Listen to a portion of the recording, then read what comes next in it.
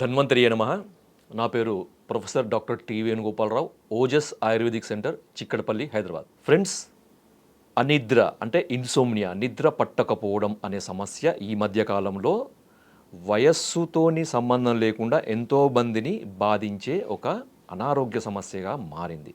మనందరికీ తెలుసు, మన ఇంట్లో వాళ్ళకే ఈ సమస్య ఉండవచ్చు, మన చుట్టుపక్కల ఉన్న మన రిలేటివ్స్ కానీ లేకపోతే మన ఫ్రెండ్స్లో కానీ ఈ సమస్య కామన్గా మనం చూస్తూనే ఉంటాం. అయితే ఈ అనారోగ్య సమస్య అయిన ఈ అనిద్రని మనము ఆయుర్వేద పరంగా ఎలా ఎదుర్కోవాలి, దీనికి శాశ్వత పరిష్కారాలు ఉన్నాయంటే మనం తప్పకుండా ఉన్నాయి. మనం చూద్దాం ఇప్పుడు దాని గురించి. డియర్ ఫ్రెండ్స్, దీని కొరకు మనకు ముందుగా అనిద్ర అనే సమస్యకు ఏదో నిద్ర రావడానికి ఏదో చిట్కా వైద్యం పనికిరాదు.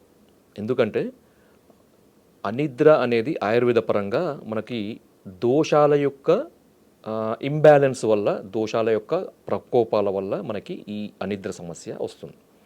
ముఖ్యంగా అనిద్ర కూడా మనకి 3 రకాలుగా ఉంటుందన్నమాట ఆయుర్వేద పరంగా. ఒకటి అనిద్ర, తర్వాత అల్పనిద్ర, తర్వాత నిద్రానాశ. ఈ 3 రకాల కండిషన్స్ ఉంటాయన్నమాట.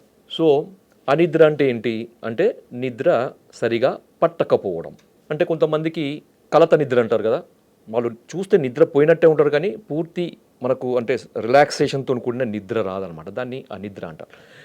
తర్వాత అల్పనిద్ర అంటే పడుకున్న తర్వాత కొద్దిసేపు మాత్రమే నిద్ర పడుతుంది, మళ్ళీ మెలక అవుతుంది.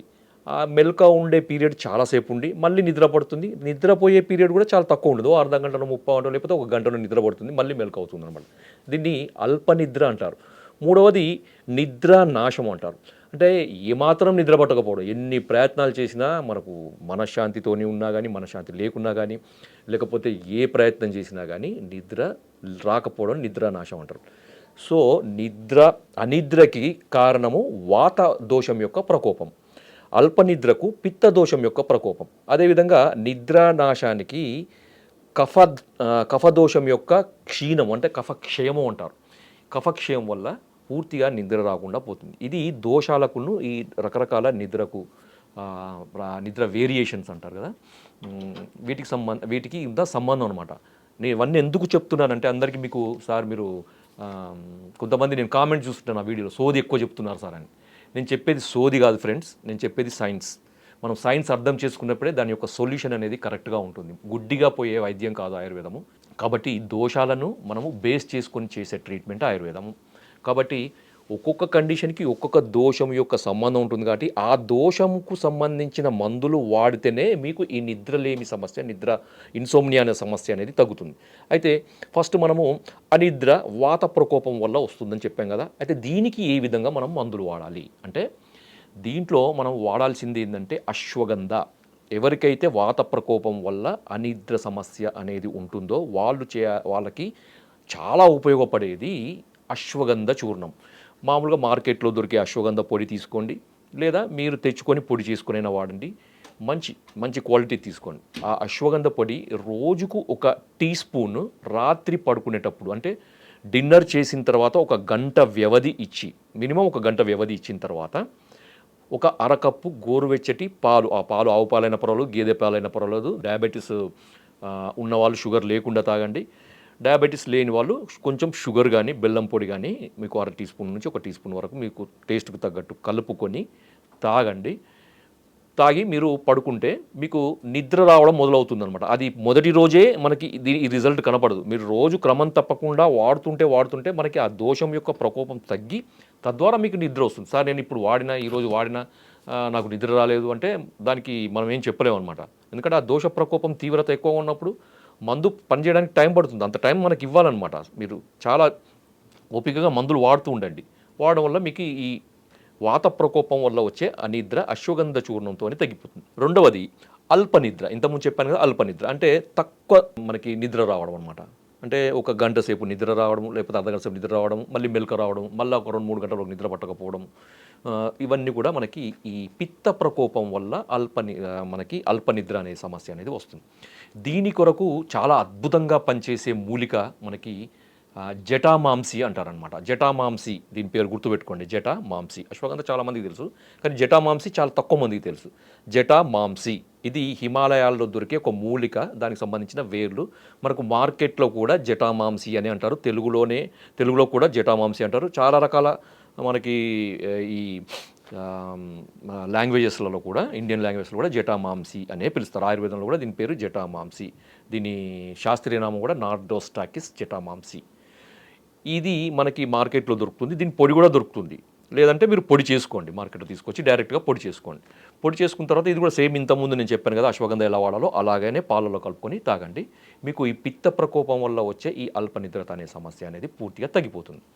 ఇంకా మూడవది నిద్ర నాశము, అంటే ఎటువంటి ప్రయత్నాలు చేసినా కానీ నిద్ర రాకపోవడము. ఇది చాలా తీవ్రమైన సమస్య అన్నమాట. దీని కొరకు చాలా రకాల మనము ప్రయోగాలు, ఔషధాలు, మందులు వాడాల్సి ఉంటుంది. దీంట్లో ఘృతం అంటే మనకి బ్రాహ్మీ ఘృతం కానీ, అశ్వగంధ ఘృతం ఇంతకుముందు చెప్పాను కదా. తర్వాత శతావరి మనకి చెప్పారు. ఈ శతావరి అంటే మనకు తెలుగులో కూడా శతావరి అంటారు, పిల్లి పీచర అని కూడా తెలుగులో అంటారు.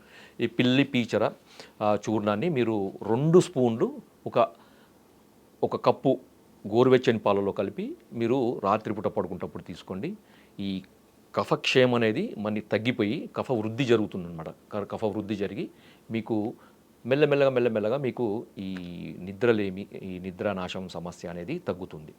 సార్ మరి ఇది చిన్న ఇవి కొన్ని మూలికా వైద్యాలు, కానీ డీప్గా మనకి సమస్య ఎక్కువగా ఉన్నప్పుడు, చాలా కాలం నుంచి మనకి ఇది బాధ పెడుతున్నప్పుడు ట్రీట్మెంట్స్ అన్నీ కూడా మారుతాయండి. కేవలం ఒక మూలికతోని కానీ, 2 మూలికలతోని కానీ, చిన్న వైద్యాలతో కానీ, చిట్కా వైద్యాలతో కానీ, గృహ వైద్యాలతో కానీ ఈ సమస్య తగ్గదు. దీనికి ఆయుర్వేదంలో ఇంకా పరిష్కారాలు ఏమున్నాయంటే తక్రధార, తైలధార అని ధారా ట్రీట్మెంట్ అని ఆయుర్వేదంలో చెప్పారనమాట. ధార అంటే ఒక అద్భుతమైన ఆయుర్వేద పరీక్ష. నిద్రకు సంబంధించిన సమస్యలు అవి మానసిక ఒత్తిడి వల్ల ఉండని, మానసిక కారణాలే ఉండనివ్వండి, లేకపోతే బీపీ సమస్య కానీ, ఇంకా ఇతరత్ర ఏదైనా అనారోగ్య సమస్యలు వచ్చే అనిద్ర సమస్య కానీ ఉండనియండి, దానికి ధారా ట్రీట్మెంట్ అనేది అద్భుతంగా పనిచేస్తుంది. ఇది ఆయుర్వేద సెంటర్లలో ఆయుర్వేద వైద్యుల పర్యవేక్షణలో చేసే వైద్యం అనమాట, ఎవరికి వారు చేసుకునేది కాదు. దీంట్లో ఏమవుతుందంటే రోగిని పడుకోబెట్టేసి పైనుంచి ఒక పాత్ర ఉంటుందండి. ఆ పాత్ర ఒక రంధ్రం ఉంటుంది. ఆ రంధ్రం నుంచి ఈ తైలం అనేది ధారలాగా మనకి నుదుటి మీద పడేటట్టు చేస్తారనమాట. సో ఆ నుదిటి మీద పడేది కూడా కంటిన్యూస్గా ఒక సింక్రొనైజ్డ్ మూమెంట్లో అది అటు ఇటు ఆ ధార పడేటట్టు మనకి ఒక పద్ధతి ప్రకారము ఒక చాలా నైపుణ్యంతో చేసే చికిత్స అనమాట ఇది. సో ఇది యూజువల్గా ఏంటంటే ఒక 40 నుంచి 45 నిమిషాల పాటు చేయడం జరుగుతుంది. ఇట్లో 5 రోజులు కానీ, 7 రోజులు కానీ, 9 రోజులు కానీ, 11 రోజులు ఇట్లా బేసి సంఖ్యలో వాళ్ళ యొక్క తీవ్రతను బట్టి కనుక చేస్తూ ఉంటే ఏంటంటే అద్భుతమైన ఫలితాలు ఉంటాయి. చాలా రిలాక్స్డ్గా మనకి పడుకుంటారన్నమాట. కొంతమంది ఎన్నో రోజుల నుంచి, కొంతమంది మనం చూస్తుంటాం 3 రోజుల నుంచి నిద్ర లేదు, 4 రోజుల నుంచి నిద్ర లేదు అని చెప్తూ ఉంటారు. అంటే ఇష్టమైన వాళ్ళు చనిపోవడమో, లేకపోతే ఇంకేదన్నా ట్రామా కానీ, లేకపోతే ఇంకేదన్నా కారణం కానీ నిద్ర అసలే పూర్తిగా నాశనం అయిపోతుంది, ఏమాత్రం నిద్ర పట్టదు. సో అలాంటి వాళ్ళు కూడా ఈ ధారా ట్రీట్మెంట్ చేస్తూ ఉంటే 2వ రోజుకో 3వ రోజుకో టేబుల్ ముందే నిద్రపోయే వాళ్ళని మేము ఎంతోమందిని చూసామన్నమాట. కాబట్టి అద్భుతమైన ఫలితాలని ఇస్తుంది ఇది. ఇంకొకటి ఏంటంటే అభ్యంగం, అంటే మనకి బాడీ మొత్తం జనరల్ బాడీ మసాజ్, దానివల్ల కూడా మనకి వాత ప్రకోపం, పిత్త ప్రకోపం పూర్తిగా కంట్రోల్ అయిపోయి మనకి బాడీ కండరాలన్నీ రిలాక్స్ అయిపోయి మనకి ఈ రిలాక్సేషన్ వల్ల కూడా మనం నిద్రపడుతుంది. తర్వాత పాదాభ్యంగం, ప్రతిరోజు కూడా పడుకునేటప్పుడు పాదాలకి, అరిపాదాలకి ఆవ నూనె కానీ, లేకపోతే మంచి కొబ్బరి నూనె కానీ, ఆముదం కానీ బాగా ఒక 5 నుంచి 10 నిమిషాలు బాగా మసాజ్ చేసుకొని తర్వాత తుడిచేసి పడుకోండి. తర్వాత ఇంకొకటి ఏంటంటే ఆయుర్వేదంలో ఇంకొకటి తలం అంటారు అనమాట. అంటే తలకి నూనె రాసుకోవడం, నూనె పెట్టుకోవడం. అంటే మామూలుగా ఏదో మీరు జుట్టు సంరక్షణ కొరకు, లేకపోతే ఇతర రకాల ఈ చుండ్రు సమస్యకో వాడే తైలాలు కాదండి ఇవి. తల నూనెలు ఇవి, జుట్టు నూనెలు, హెయిర్ ఆయిల్స్ కాదు, హెడ్ ఆయిల్స్ ఇవి. ఈ హెడ్ ఆయిల్స్లో కూడా హిమసాగర తైలము, తర్వాత సుషుప్తి తైలము, అసనం బిల్వాది తైలము, అసనం మంజిష్టాది తైలము, ఇవి చాలా ఉన్నాయన్నమాట. ఇవన్నీ కూడా వైద్యుల సలహా మీదకే వాడాలి. తర్వాత బృహత్ బ్రహ్మి వటి అని కూడా ఒకటి ఆయుర్వేదంలో చెప్పారు. దీంట్లో మనకి ఏమంటే బంగారం యొక్క భస్మము, స్వర్ణ భస్మము అంటారనమాట. స్వర్ణ భస్మం యొక్క మిశ్రణ ఉంటుంది కాబట్టి కొంచెం కాస్ట్లీ ఉంటుంది, కానీ దీర్ఘకాలంగా మనకి ఇతరత్ర బ్రెయిన్కు సంబంధించిన సమస్యల వల్ల ఈ సెంట్రల్ నర్వస్ సిస్టమ్ అంటారు కదా, బ్రెయిన్కి సంబంధించిన నర్వస్ సిస్టంలో వచ్చే మార్పుల వల్ల వచ్చే ఈ నిద్రలేమి సమస్యకి ఇది అద్భుతంగా పనిచేస్తుంది. తర్వాత యోగేంద్ర రసాన్ని, తర్వాత ఇంకా చాలా రకాల ఆయుర్వేద మందులు మనకి ఉన్నాయి ఈ నిద్రలేమి సమస్య పోగొట్టుకోవడానికి. కాబట్టి మిత్రులారా, మీరు నిద్రలేమి సమస్యను మీరు తేలికగా తీసుకోకండి. ఇది చిట్కా వైద్యంతోనో లేకపోతే ఇంకేదో సింపుల్ రెమెడీస్తోనో పోవాలనే ఆలోచన చేయకుండా ఆయుర్వేద వైద్యులను సంప్రదించి వాళ్ళ పర్యవేక్షణలో, వాళ్ళ సలహా మేరకు ఆయుర్వేద వైద్యుల పర్యవేక్షణలో కనుక మీరు ట్రీట్మెంట్ తీసుకుంటే ఈ నిద్రలేమి సమస్య అనేది శాశ్వతంగా పరిష్కారం అవుతుంది.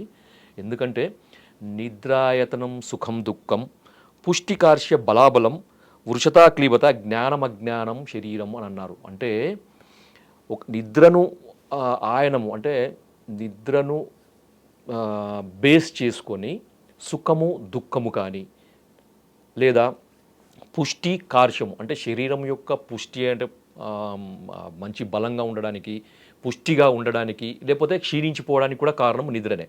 తర్వాత బల అబలం అన్నారు, అంటే బలంగా ఉండడానికి బలహీనం, కార్షత అబలం అంటే నీరసించిపోవడానికి కూడా మనకి ఇది నిద్రనే కారణం. అంటే నిద్ర లేకపోవడం వల్ల నీరసము, మంచి నిద్ర వల్ల పుష్టి, తర్వాత సుఖము, ఇవన్నీ కూడా వస్తాయి. తర్వాత వృషతా క్లీబత అన్నారు, అంటే మనకి పొటెన్సీ అనమాట. ఈ పొటెన్సీ అనేది కూడా నిద్ర మీద ఆధారపడి ఉంటుంది. నిద్ర లేని వాళ్ళకి పొటెన్సీ తగ్గుతుంది, మంచి నిద్ర ఉన్న వాళ్ళకి పొటెన్సీ పెరుగుతుంది. తర్వాత జ్ఞానము అజ్ఞానము, తర్వాత మనకి జ్ఞానము తర్వాత అంటే మీకు తెలుసు, అజ్ఞానం అంటే మీకు తెలుసు. అజ్ఞానం అనేది మనకు నిద్ర లేమి వల్ల, జ్ఞానం అనేది మంచి నిద్ర వల్ల కలుగుతుంది. కాబట్టి మిత్రులారా, మనకు త్రయోపస్తంభాలని ఆయుర్వేదంలో చెప్పారన్నమాట. అంటే ఆహారము, నిద్ర, బ్రహ్మచర్యము.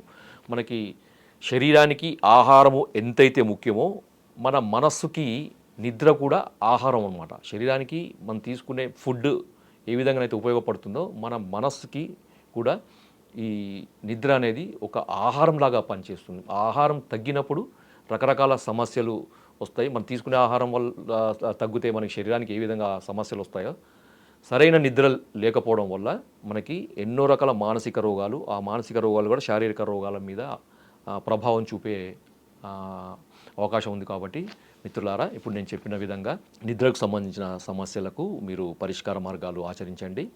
జై ఆయుర్వేద.